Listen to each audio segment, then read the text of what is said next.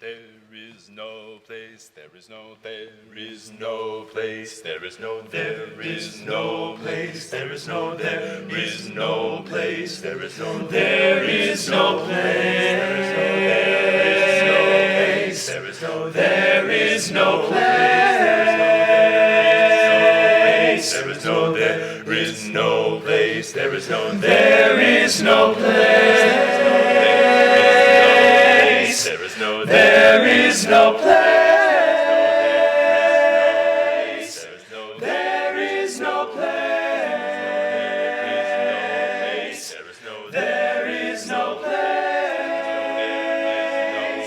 There is no place like Nebraska.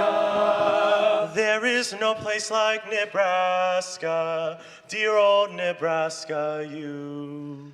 We'll all stick together in all types of weather for dear old Nebraska, you. There is no place like Nebraska, dear old Nebraska, you. We'll all stick together in all types of weather for dear old Nebraska, you. There is no place, there is no place like Nebraska. Dear old Nebraska, scarlet and green, we'll all stick together in all types of weather for dear old Nebraska, you. Oh, there is no place like Nebraska, dear old Nebraska, you. We'll all stick together in all types of weather for dear old Nebraska, you. There is no place, there is no place like Nebraska. Dear old Nebraska, you. We'll all stick together in all types of weather for dear old Nebraska, you. There is no place like Nebraska, dear old Nebraska, you. We'll all stick together in all types of weather for dear old Nebraska. There is no place like Nebraska.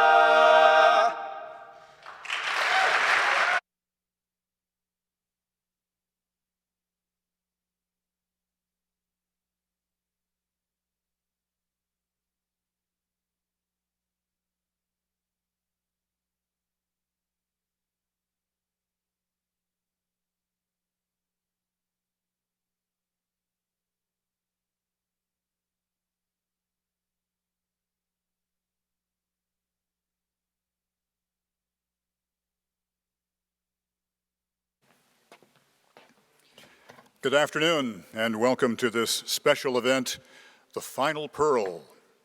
Thanks to our music group Rocktavo for their performance. I'm Rick Alloway, a member of the faculty in the College of Journalism and Mass Communications, and we welcome you here today for what is a special day in the life of the University of Nebraska-Lincoln. This is Harvey Perlman's last State of the University speech. And before we're through, we'll let him have the last word. But first, we thought it would be helpful to recap just a few of the highlights of his 15-year tenure.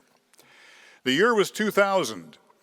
Harvey Perlman was named interim chancellor on the heels of James Measer's departure for North Carolina. Chancellor Measer left us with a new alma mater, a song which was to be sung by everyone at Memorial Stadium before each game.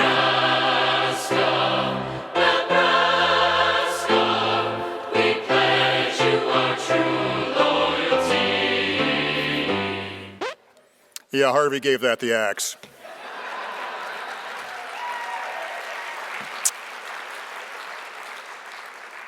Harvey increased his appreciation for cooked beef after a close encounter with an annoyed, mouth-foaming steer at a command performance at the governor's celebrity cattle show at the state fair.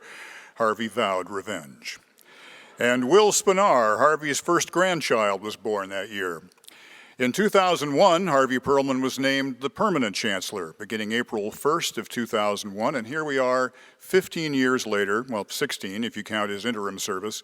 We didn't realize then how permanent that interim would be. In January of 2001, the Omaha World Herald pronounced our university mediocre in a full-page, week-long series. Problem is, it was.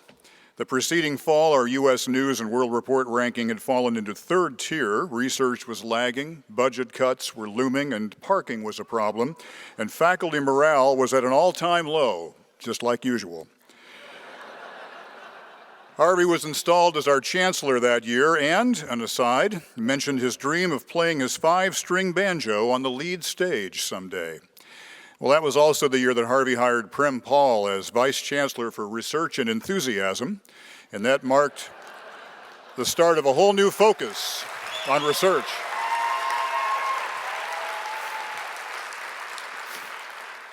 Clearly infectious. The College of Journalism and Mass Communications moved into the renovated Security Mutual building, soon to become known as Anderson Hall.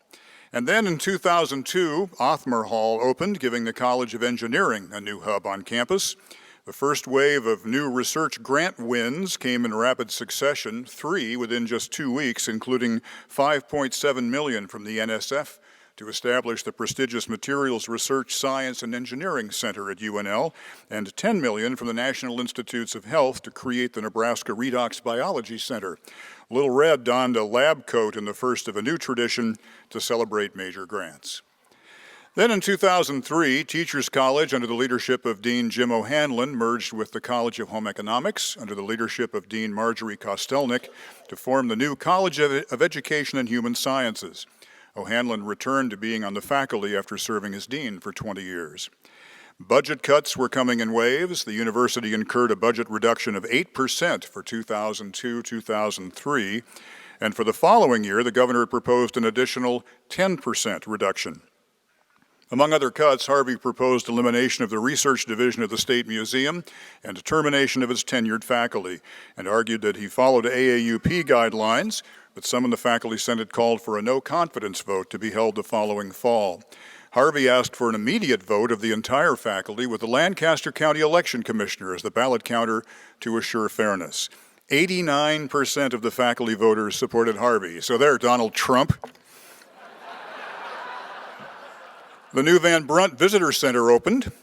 The first ever UNL Research Fair was held to celebrate research successes and to gear up for more. And both Love Library South and the Schmidt Law Library were renovated. And Ava Spinar, Harvey's second grandchild, was born. 2004, entertainment icon and University of Nebraska alumnus Johnny Carson announced a gift of $5.3 million to support the Hickston Lied College of Fine and Performing Arts Department of Theater Arts. The 100-year-old Temple building, where Carson got his start in theater, was renovated and expanded. Ted Kuzer was named U.S. Poet Laureate. UNL won a $5 million NSF grant to launch Math in the Middle, focused on improving middle school math education. Avery Hall reopened as the new home of mathematics, as well as computer science and engineering, and we welcomed a new football coach. Then in 2005,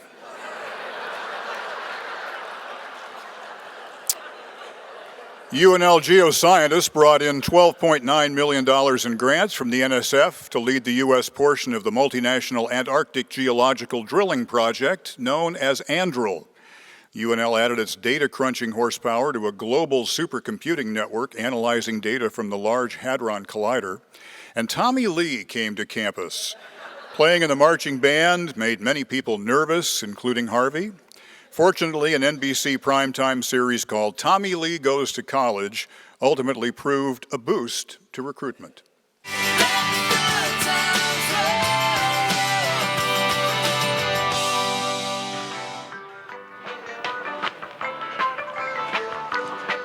Hello. Hello. Hi, my name's Tommy Lee. Oh, Tommy Lee. Hi. Welcome to Nebraska. Oh, thank you. I'll tell him you're here. Why don't you just have a chair? Okay, thank you. Well, my first impression of Tommy Lee was one of great excitement. I thought he was really very, very handsome, to be honest with you. I did. Hello, Tommy. Oh, yes, sir. Hi, Harvey Perlman. Hello, Harvey. are Pleasure you? to meet you. Good to meet you. Want to come in? Yes, sir. I did listen to a Motley Crue album last night just to get myself into the mood. Well, it must be an acquired taste.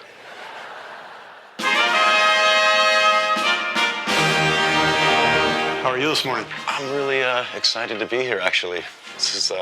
I'm looking forward to this. Well, we're glad you're here. And Thank you. this is a serious academic institution, and there's a lot of serious hard work to do. Absolutely. I'm on a mission. And then, of course, we know a little bit about your background. Hopefully not too much of it.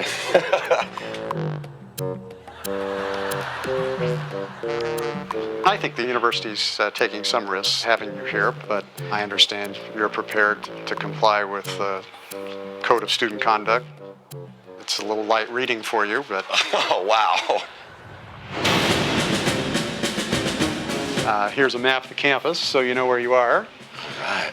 It's a beautiful campus, by the way. Well, we think so, and don't trash it. No. Okay. And I guess this makes you a Husker. Yeah, go Big Red. Whew. Awesome. Thank you very much. Well, good luck to you. Well, I guess, should I say, I hope I don't see you later? You should say that. Okay. Take care. All right. Thank you. Good luck. Yes. UNL! UNL! UNL!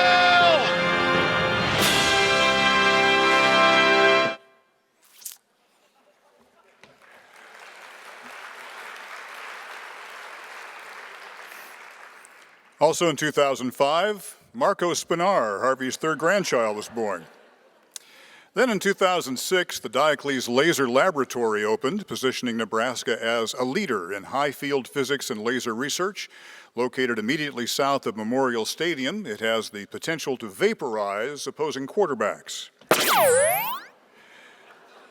The Nebraska Center for Energy Sciences Research was created with a new partnership with the Nebraska Public Power District. The new Shore Computer Science Center opened in the renovated South Stadium, housing the most powerful supercomputer in the state. A group of community leaders known as Vision 2015, along with Chancellor Perlman and other university leaders, developed a set of pillars to improve the city of Lincoln and the university, including creating a research campus on what was then the State Fair property. In 2007, research expenditures topped $229 million. The International Quilt Study Center and Museum opened at 33rd and Holdridge. Through ping-pong diplomacy, the Confucius Institute was established on the UNL campus with our Chinese partner university Xianjiaotong, and so began Harvey's extended commute to China. Harvey appointed Jim O'Hanlon as the interim director of the Alumni Association. A legislative committee heard a university proposal to move the State Fair to Grand Island, and we welcomed a new football coach. In 2008, the Rakes Foundation provided a lead gift in a campaign to support students in the J.D. Edwards program. The program was renamed, becoming the Jeffrey S. Rakes School of Computer Science and Management, a nationally recognized program attracting top students from across the nation. The Ken Morrison Life Sciences Research Center opened, a $21 million facility housing UNL virologists affiliated with the Nebraska Center for Virology, one of the university's signature research programs. And the legislature called for the State Fair to move to Grand Island and for the land to be transferred to the university by 2010. Harvey celebrated by eating a hamburger. And Caleb Larson, Harvey's fourth grandchild, was born. In 2009, Harvey appointed Jim O'Hanlon interim director of the Durham School of Architectural Engineering and Construction in Omaha. In 2010, the university became the 12th member of the Big Ten Conference.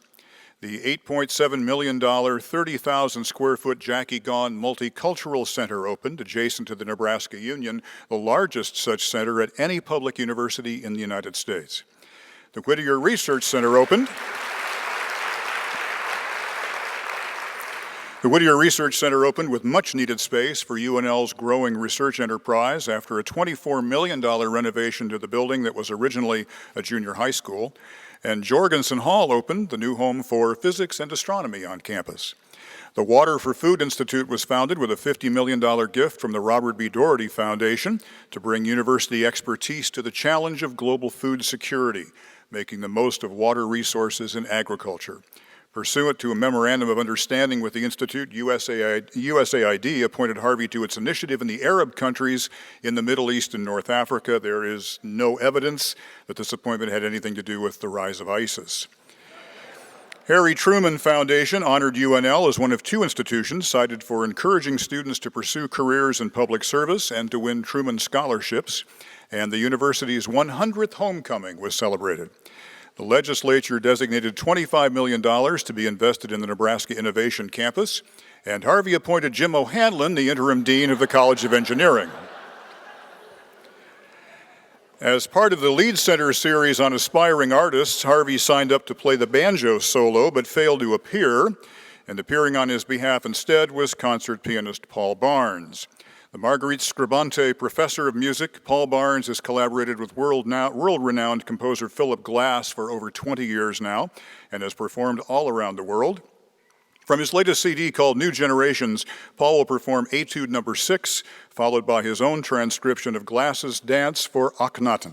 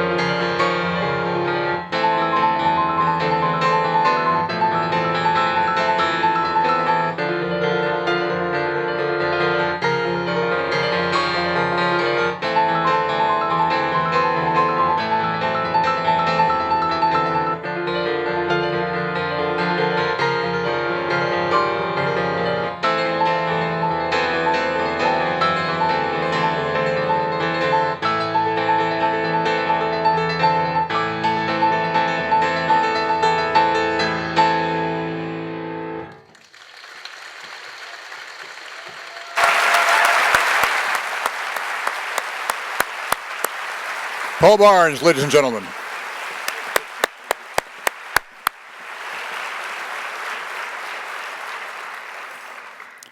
We move on to 2011, when UNL left the AAU, the Association of American Universities, or vice versa, causing our research and enrollment to subsequently increase.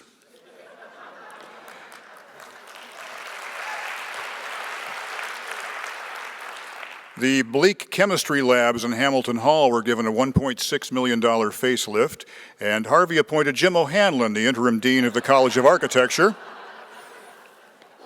And Finn Larson, Harvey's fifth grandchild, was born.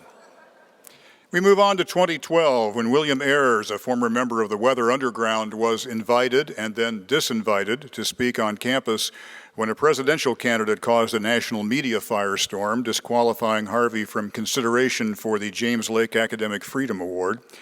And bedbugs hit the news and the campus. The new Volte-Keegan Nanoscience Research Center opened, a boost to UNL's strong materials and nanoscience research. A groundbreaking marked the start of construction of the Nebraska Innovation Campus, and ConAgra Foods was named as the first private partner. And Harvey appointed Jim O'Hanlon, the interim dean of the College of Journalism and Mass Communications. In 2013, we had a snow day, only it was at the most inopportune of times in May, on the morning of the only time in history that UNL scheduled commencement at an outdoor venue. Commencement was canceled. Donations from the class of 2013 dried up immediately. And Harvey launched his Pearls of Knowledge social media series, and even the Chronicle of Higher Education paid attention, and so did a lot of prospective students as enrollment rose to new heights.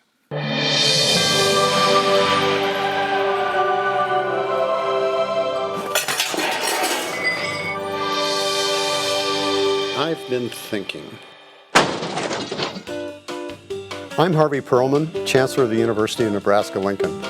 This coffee sucks.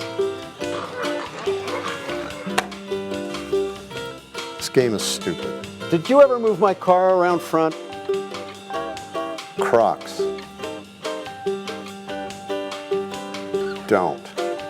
I mean, that thing came up to here on me. Unless you measured it from the ground up, then it was about this big. Stop this honey boo-boo business. Don't take the name Love Library literally. That's just gross. Some people say I don't smile enough. That's not true.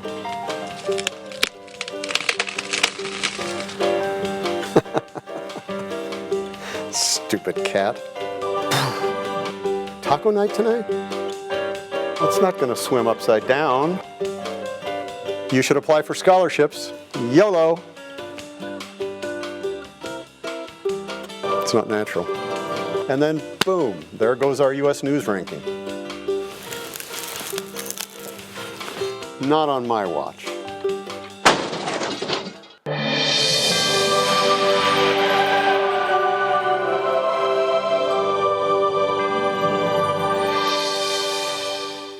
Also in 2013, the Pinnacle Bank Arena opened, and the first event held there was UNL's August commencement. East Memorial Stadium was expanded to include more seating and fan amenities, plus two major research facilities, the Center for Brain, Biology, and Behavior, and the Nebraska Athletic Performance Laboratory, thanks to a unique partnership between academics and athletics. In 2014, the University of Nebraska Foundation's Campaign for Nebraska concluded with a celebration of a whopping $1.7 billion in donations, $800 million of those dollars now being put to work here at UNL. UNL won an $11.3 million NIH grant to establish the Nebraska Center for Prevention of Obesity Diseases. Ground was broken for the John Breslow Ice Hockey Center, and we welcomed Mike Riley as our new head football coach. And Harvey appointed Jim O'Hanlon for his second term as interim director of the Durham School of Architectural Engineering and Construction in Omaha. In 2015, enrollment hit an all-time high of 25,260. UNL was ranked again in the top 50 public national research universities by U.S. News and World Report. The Nebraska Innovation Campus held its official grand opening with the new Food Innovation Center and Greenhouse Innovation Center up and running. The Johnny Carson Foundation made a $20 million gift to fund the Johnny Carson Center for Emerging Media Arts in the former Nebraska bookstore at 14th and Q. And Jim O'Hanlon returned to emeriti faculty status.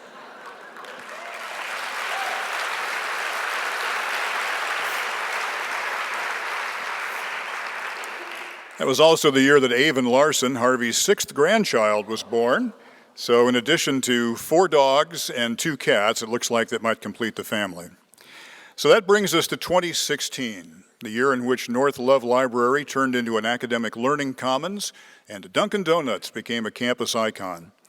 And it's the year in which Harvey completes 15 years as chancellor, having put together a team that most changed the momentum and the physical infrastructure of this university.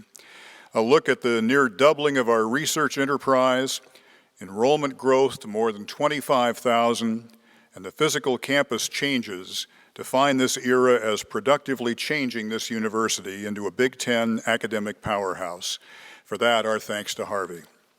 Now, in a few minutes, we'll let Harvey take over, but as you've just heard, a lot has happened over 15 years, and to help review, we've asked students from the Glenn Korff School of Music for a recap. Under the direction of Kirk Schott, with lyrics by Kurt Bright, here are the Big Red Singers and a musical tribute to our chancellor, Harvey Perlman.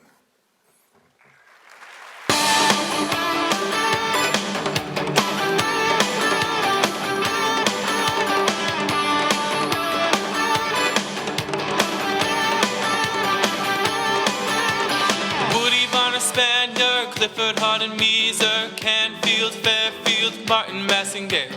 Harvey Perlman, Y2K, started April Fool's Day. The newspaper in Omaha was knocking UNL.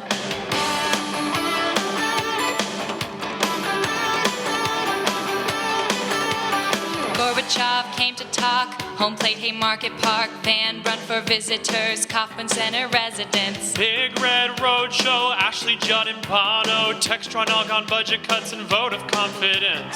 We'll always be a Husker. Our flagship captain, Harvey made it happen. He'll always be a Husker. A Nebraska chancellor, Harvey was the answer. Harvey got a facelift, Johnny Carson school gift, top 50 public school Kiara string quartet.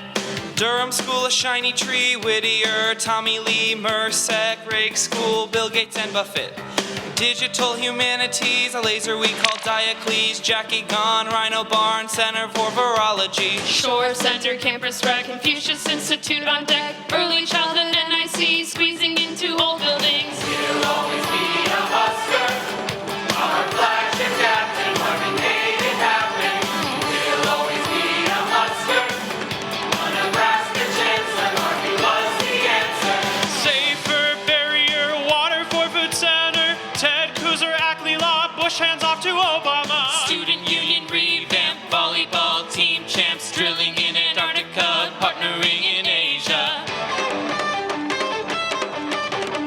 Smithsonian affiliate, on the rise enrollment rate, college merger is a go, Harvey stars in videos. Wilt Center Museum, expansion to the stadium, Blackboard, Lotus Notes, students selling cardboard boats. He'll always be a Husker. Our flagship captain, Harvey made it happen. He'll always be a Husker. A Nebraska chancellor, Harvey was the answer. Big Ten, we love you so much for the AAU, bed bugs, Korff School, storing for biofuel. BCS, CB3, hiring new faculty, Nebraska innovation, rained out graduation. India and China trip, Polini got a pink slip, students without equals, and the Star Wars prequels. He'll always be a Husker. Our flagship captain, Harvey made it happen. He'll always be a Husker. A Nebraska chancellor, Harvey was the answer. Center for our veterans, volleyball champs again, land grant designation, more food innovation. Research on obesity, plan for diversity, collisions on atomic scale, reporters want his email. Rural Futures just one and goodbye JB Milligan, Matt Damon, Outlook, letters of Cather book. CBA is building, research on the upswing, rising from 1,000 cuts, and we got Dunkin' Donuts. He'll always be a Husker. Our flagship captain, Harvey made it happen. He'll always be a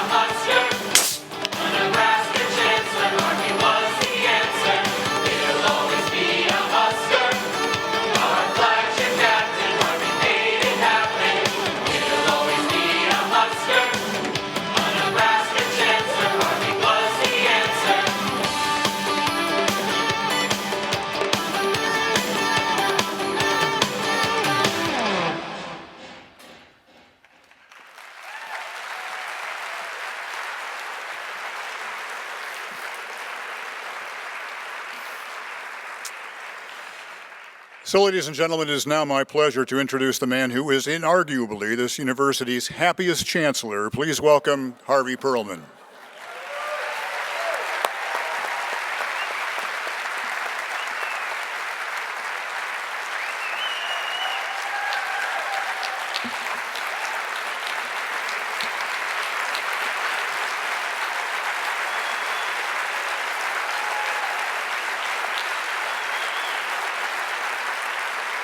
Okay. Thank you all for coming. Thanks to Rick Alloway and the staff of University Communications for this journalistic review of the last 15 years. I must say they've gone quickly. And thanks also to Octavo and Paul Barnes. Chancellor. Jim O'Hanlon.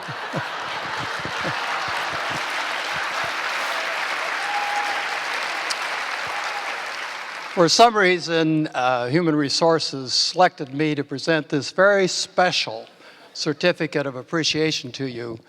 You'll note that it's not only to you, but it's signed by you as well.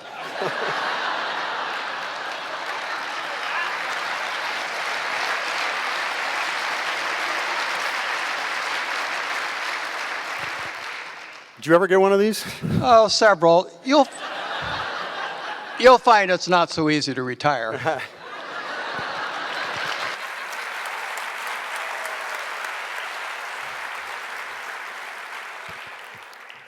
At this rate, he still may be interim chancellor.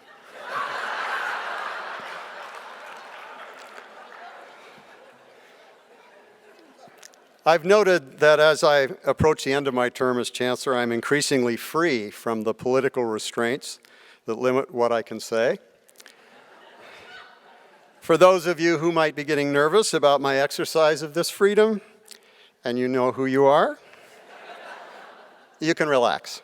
I'm not going to do a Bo Pelini.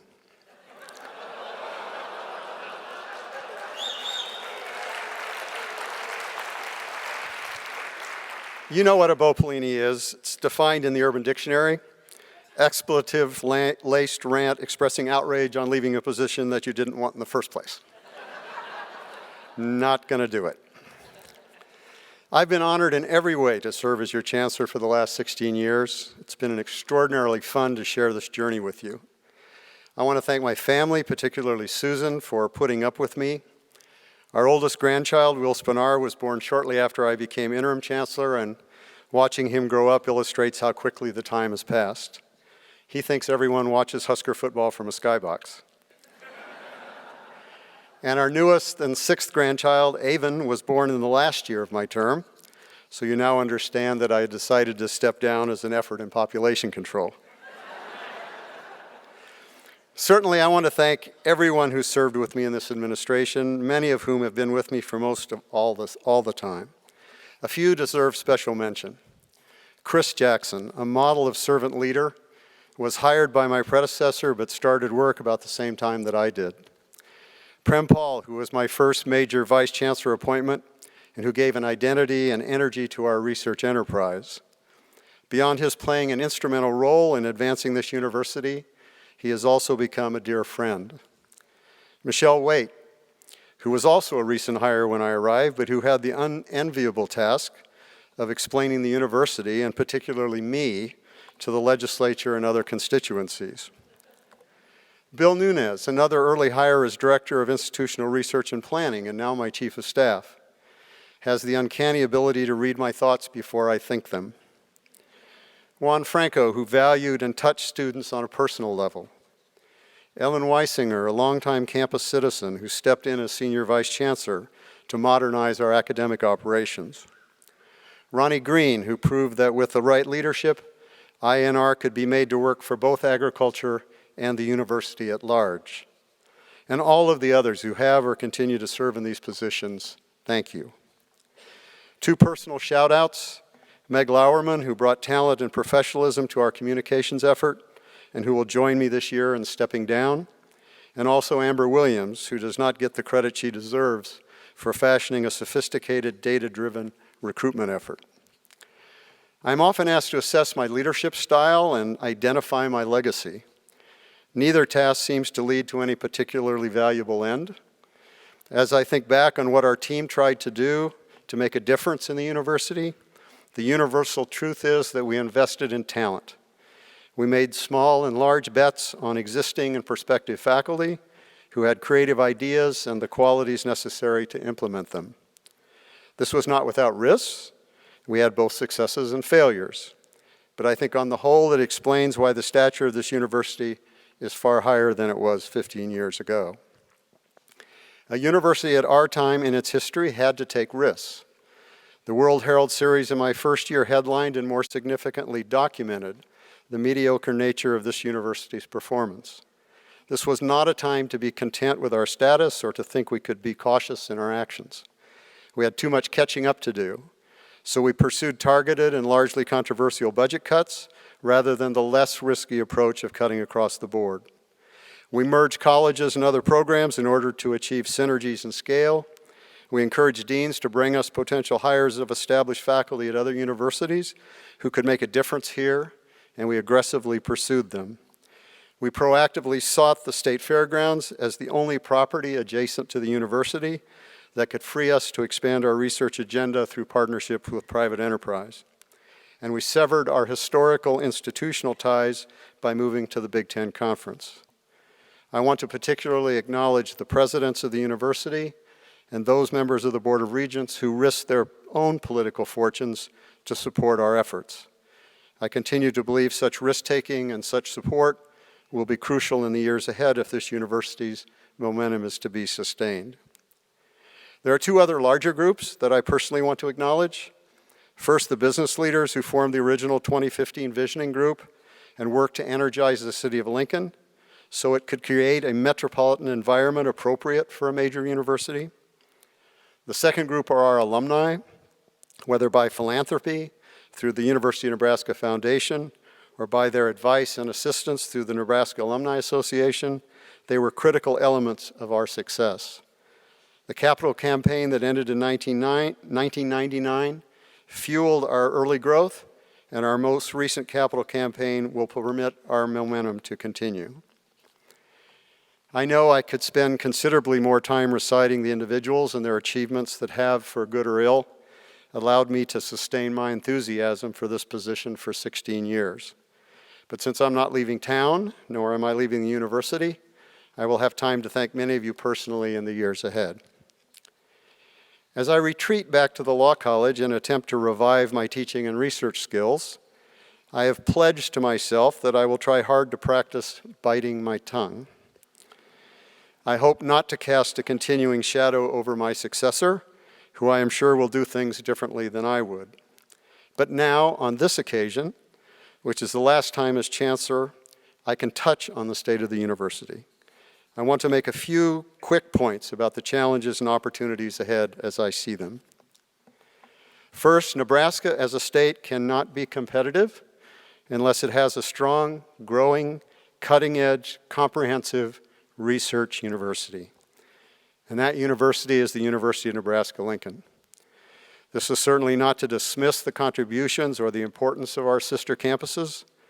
The university system is blessed to be structured so that it has 4 separate universities with 4 distinct missions. It is critical, in my view, that we stay true to that structure and that we pursue it vigorously. Nebraska must recognize the unique opportunities and unique needs of its flagship campus, and similarly, we must acknowledge our unique obligations to the state and its people. Second, during the last 15 years, many of us have worked hard to eliminate the unnecessary rivalries between UNL and UNO and between Lincoln and Omaha. We are pursuing several collaborative opportunities.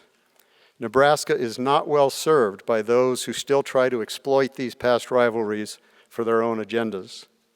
Each university and each city has important ambitions. For us, we must measure our competitive success not by looking east to Omaha, but beyond to Ohio State, to Penn State, and Purdue. Third, by heritage and location, the location of this university, if it is to be a great university, must be great in the life sciences. In many ways, the world is coming to us to help solve emerging issues of scarce food supplies, climate change, water availability, and environmental sustainability. I believe there has been a significant reduction in the competitive tensions that existed between the East and City campuses. We have even greater opportunities if these tensions continue to abate. The agricultural interests in Nebraska increasingly recognize the importance of many of the disciplines on the City campus to their success. Indeed, the bigger challenge is to convince those disciplines that there is a larger role for them to play in the central issues associated with the life sciences. Earlier this year in my State of the University, I proposed a task force on food to explore multidisciplinary opportunities for all disciplines to participate in our food initiative. I was not able to get this accomplished. I continue to believe it is an opportunity that should be explored. Food is at the center of national and world politics. Internationally, food security is probably as large a threat to existing governments as nuclear proliferation. The Arab Spring was in part generated by hunger in the Middle East. And how do we confront resistance to genetically modified crops or chemically based agriculture or the treatment of food animals in the face of a growing global food shortage? I continue to believe there are many faculty, particularly those in the humanities and social sciences, that could contribute to a food initiative and benefit themselves as well. Fourth, I am hopeful that my successor will continue our efforts to internationalize our university, to embrace the citizens of the world, and to engage the scholarly community beyond the globe, across the globe. International efforts are hard, often frustrating, and require adaptation of both teaching and research practices. This is not only critical to any pretense of being a great university, but is also central to giving our students an experience necessary for their future success. In the greater world of higher education, modern language departments are under assault, in part for their concentration on traditional Western languages. One way this discipline could increase its relevance is to take a leadership role in our international initiatives. Language and language instruction is the window through which we can better understand and better interact with cultures different from our own. We are naive if we don't recognize that our future potential partners and our future potential competitors will speak Mandarin and Arabic. Fifth, in the age of science and innovation, there is much concern nationally about the future of the social sciences and the humanities. Throughout our recent research growth under Prem's leadership, this university has tried to celebrate and support the efforts in these disciplines. However, these disciplines also have contributions they could make to Innovation Campus and opportunities to interact with the private and public sectors to advance our research and economic development objectives. There has to be room at a great university for curiosity-based research, research without known practical objectives. On the other hand, I believe the arts, the social sciences, and the humanities, while remaining true to their traditions, are not diminished if they also explore ways to contribute to very practical ends. Two of the most successful companies in today's tech-based world are Amazon and Google, both of which are essentially marketing the humanities. And one of the key gaps in any national security strategy, gaps recognized by our military leadership, is the failure to employ the teachings of social sciences and the humanities. Our failure in the Middle East is not the failure of military power, but the failure to account for the teachings of history, the failure to understand the Arabic people through their art, their language, and their literature, and the failure to appreciate the social forces that tend to either hold or divide their societies. Sixth, Big Ten universities are known for great business, agriculture, and engineering colleges. With recent initiatives, the Institute of Agriculture and Natural Resources can hold its own and indeed lead in many areas. The College of Business Administration is poised for significant achievement with its new building and a young and vibrant faculty. There is, however, an urgency in moving toward a Big Ten College of Engineering.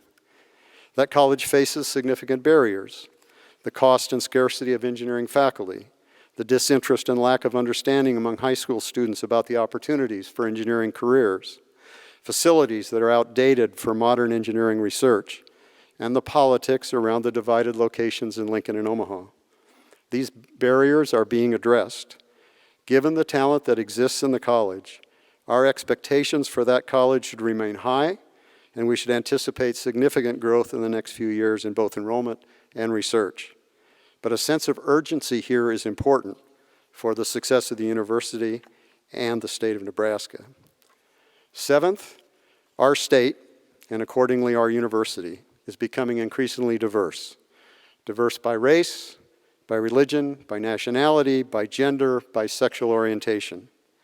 However impactful our research, however stimulating our teaching, however effective our engagement with our community, the excellence of this university will increasingly be measured by its success in embracing diverse communities, by both respecting their differences and recognizing our commonalities. Finally, I have to acknowledge that notwithstanding that I don't hire football coaches and I don't call plays, if my success as chancellor is to be measured by the success of the football team, it would be regarded as a failure. I accept responsibility for my mistakes there, but I also had the misfortune of becoming chancellor at the end of an extraordinary period in the history of Husker football. I've often thought that the critics during these last several years do not give sufficient credit to Tom Osborne, who was, in fact, one of the extraordinary football coaches of the modern era. Whether that level of consistent high achievement can be replicated in a very changing landscape of rules and realities is not clear. I am confident that we are currently as well positioned as at any time since Tom retired as coach to reach a high level of success. We have the resources and the leadership to maximize our opportunities. I do think that athletics, particularly football, plays a unique and largely positive role within higher education and society at large. At the same time, my successor will need to understand that the landscape of intercollegiate athletics is rapidly changing, and in fact, as an enterprise, faces real existential threats. The NCAA has lost its moral leadership. It and the major athletic conferences are facing a series of lawsuits built on the premise that we exploit student athletes for financial gain. I do not believe this is true, but in an effort doomed to failure to level the playing field between high and more modestly resourced programs, the NCAA has adopted a set of rules that are increasingly difficult to justify. Unless institutions are able to adopt sensible reforms, courts may significantly alter or destroy any justification for the continuing involvement of higher education in this enterprise. Individual programs as well as the major athletic conferences will need to be careful and smart as they navigate through these perilous waters in the years ahead. I am confident that Nebraska can be a leader in providing its student athletes with a positive, healthy experience consistent with the values of higher education. But we should not assume that the world of high-level college sports, particularly football and men's basketball, will remain the same as it is now without a sustained reform effort, an effort that in many ways Nebraska is leading.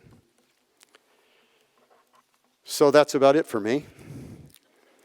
I want to particularly thank the talented staff in University Communications, particularly Dave Fitzgibbon, who produced most of the recent versions of Pearls of Knowledge and is one of the best and most creative videographers I know, and Annette Wetzel, who for 15 years has kept events like this from growing stale with her imaginative ideas and flawless execution. And of course, thanks to each of you for your contributions to the university.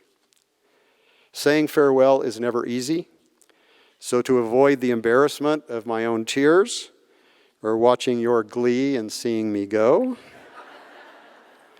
we will end with the final pearl.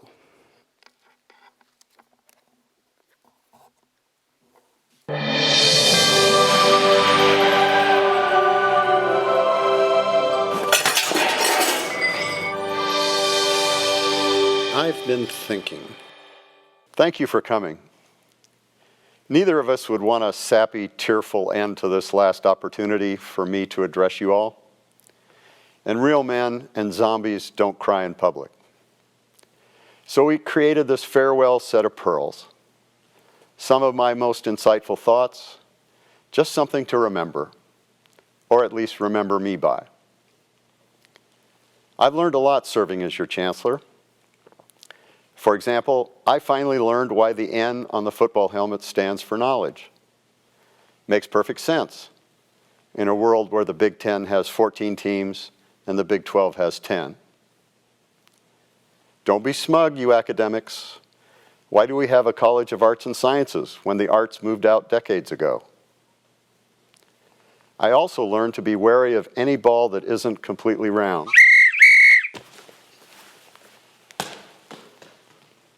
I'm not very good with popular culture, but after agreeing to the television series, I learned that Tommy Lee is not Tommy Lee Jones.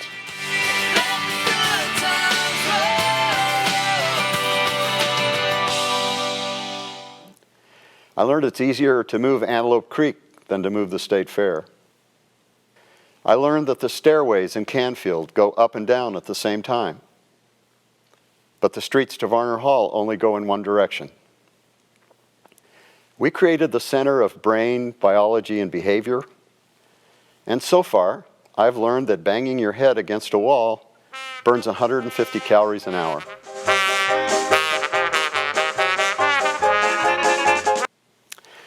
I learned from animal science why a Nebraska football fan is like a hippo.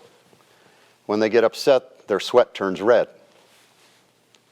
Our admissions staff taught me that if we want to increase enrollment, we need more students. The School of Biological Sciences taught me that the average human body contains enough bones to form a human skeleton. Sitting in a Board of Regents meeting reminded me of the old saying that if you chew on broken glass long enough, it begins to taste like blood. Our film studies program taught me that Al Pacino is not the brother of Cappuccino. The Faculty Senate taught me that if you took all the faculty and laid them end to end, there would be no one to teach our classes. The physics department taught me that lack of light is the #1 cause of darkness. The Transportation Center in our College of Engineering taught me that if your train does not stop at your station, it's not your train. And recently, with Johnny Carson's help, I learned there are some really good jokes that can't be shown until you are ready to retire. I was just admiring your clothes there during the commercial. You dress very sharp. Now, do you pick out your own clothes? Actually, my squad, the Board of Regents, selects my daily wardrobe. I think it looks very nice. Thanks. It comes out of my annual budget. Do they give you a certain amount of money each week to spend on whatever you want to do? Yeah. What do you spend it on? Mostly it goes to pay out the contracts of certain head coaches, but let's not go there.